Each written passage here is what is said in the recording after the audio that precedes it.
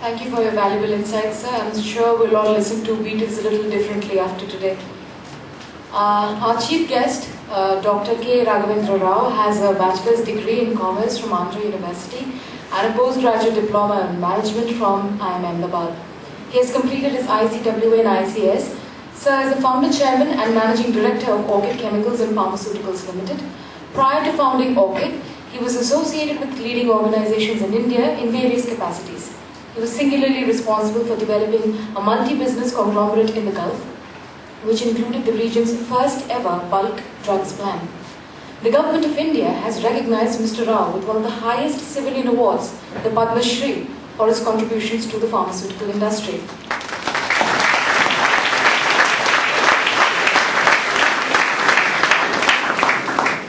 It is our privilege to have you amongst us here today, sir. I request you to share your views with us. Let's welcome him again with a round of applause.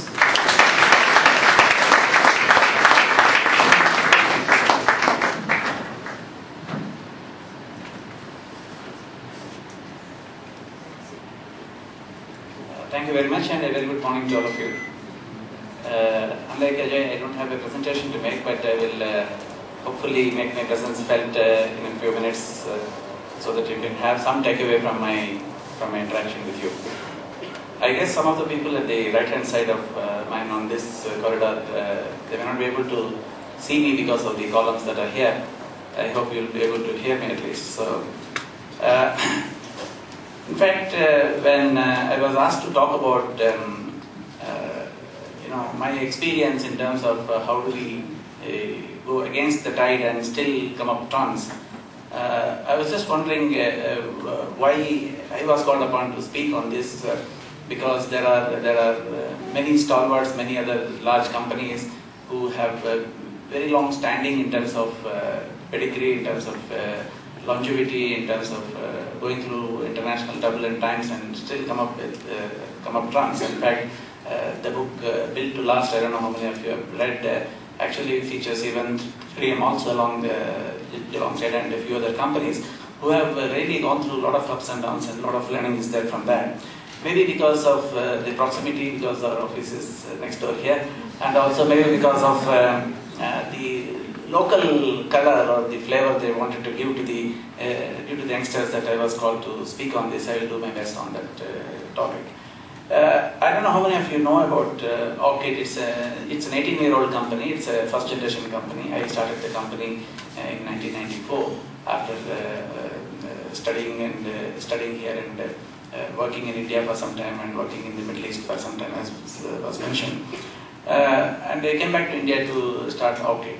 If you have to look at employee orientation and what starting a company and growing it means to me and to the employees who are with me right from the beginning, it has to be seen in a kind of a context, because there's nothing like employee orientation and swimming against the tide at any given point of time is different from at other points in time. So I would like to divide, let's say, Orchid's active life of the last 18 years into 4 segments. Any reference that I made to Orchid is only to illustrate a point, because to give an example, you have to give an example to illustrate a point, so I will make reference to that. But the message is not so much about what Orchid does or has done, but to see what is it that you can take away at the end of this 15-20 minutes of talk, so that you can apply it in your own context, in your own lives as you go forward. So in the beginning of the company, when in the first 4 or 5 years, if we divide Orchid's active life of 18 years into 4 equal segments of 4 or 5 years at a time, the first 4 or 5 years, the biggest challenge for me was to actually get people to work with me. Because I returned from Gulf and I wanted to start a company. I went to one of the largest financial institutions in India, IDBI, and went and met the top man and made a presentation as to this is all I want to do in the next 5 years as a pharmaceutical company. We have very differentiating factors. We're the first export-oriented company in the country. We want to be specializing in a particular range of products called antibiotics, which no other company has done. We want to be global. Everybody looked at the glass as half empty, but I took it as half full in a positive sense, where India was contributing only 1% of the total, less than 1% of the total pharmaceutical market globally. So everybody said that why India is not a big contributor to pharmacies, So many products of international things are coming into India and getting sold. I looked at it the other way. I said that if 1% is India's contribution, which means 99% of the business in pharmaceutical space happens outside of India. So if you put up a project which is going to cater to the world at large, we could be winners. So in many ways we differentiated ourselves. But the first and fundamental point where I got really stumped by the IDBI chief, locally Mr. Maitra was there at the time, was that who are the people? You are not a technologist, you are not a biologist, you are not a chemist. So how do you run a pharmaceutical company? Who are your people? I mean, where is your team? Who is behind you? What's the background? I have to look back and say, I am myself, so there's nothing else.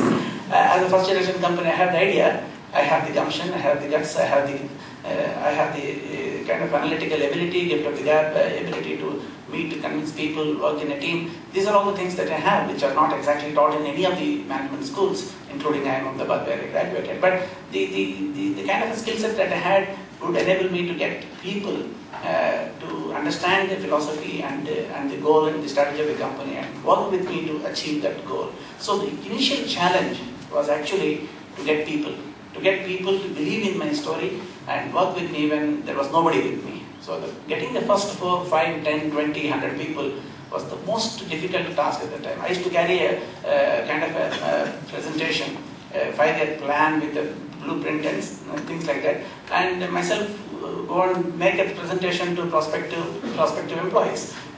But many questions get asked. I keep telling them that this is my dream, this is how I'm going to plan this factory, we are going to be specializing in cephalosporins. First we will start with oral products, then we go for injectables. We'll do something which is for the first time in the country.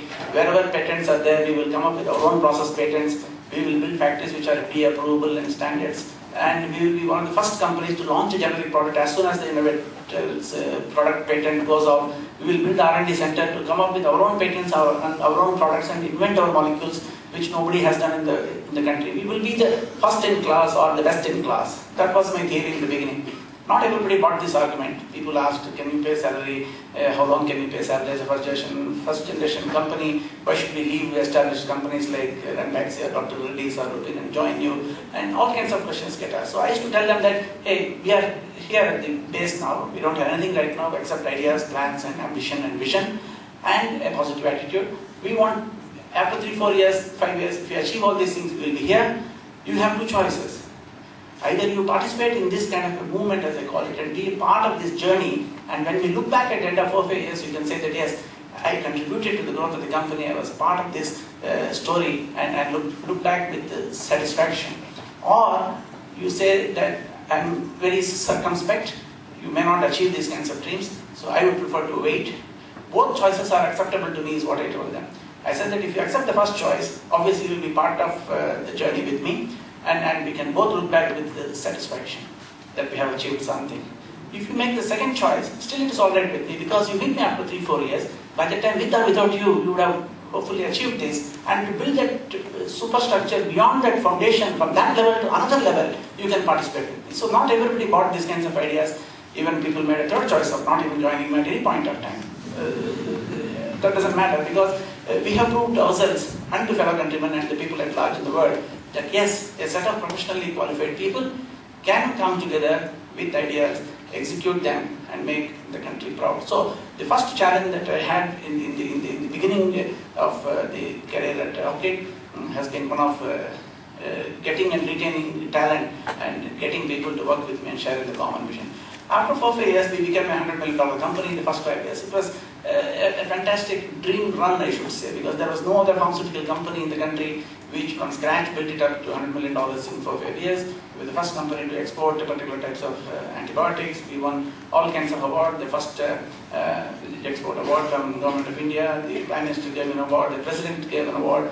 We had the complete EOU #1 ranking all through right from day one. I was voted as the young entrepreneur of the country. We got the manufacturing companies here of Ernst & Young, and I can go on and on. Awards apart, what it taught us was that yes, it is possible that if you dream, if you have passion, if you are willing to work with a team, and you have a goal and a focus, you can achieve something. This is what I learned, and that first 5 years was a real foundation and a big learning experience for me. Obviously, I was much younger. I was only 33 years when I started the company. So between 33 and 38 years of my age, that kind of learning has been fundamentally very useful for me and for my team. So after 4-5 years, the second challenge was to grow the company beyond that level. So it is not so much about the people. By the time people realize that yes, here is a company that is there to stay in good times and not so good times, they are here to work with us. So people orientation or getting people in technical fields was not a big issue at that time. But the biggest issue at that time was to raise more money to be able to diversify and grow, because the business model strategies need to change over a period of time. As the person introducing in the beginning said that there is no one rule that applies to all companies. There is no one rule that applies to the same company at all points in time. Absolutely true. So we have to rejig the strategies and say that making bulk actives or active pharmaceutical ingredients which cure the disease and keep doing it for, year after year is not going to reach us to the 21st century or beyond. So we needed to do different things and also things differently, because we need to do formulations, we need to build up FDA approval manufacturing plants, we need to do R&D, we need to do dosage forms, we need to go to the regulated markets and stuff like that. So we needed a lot of capital. I needed more than $100 million.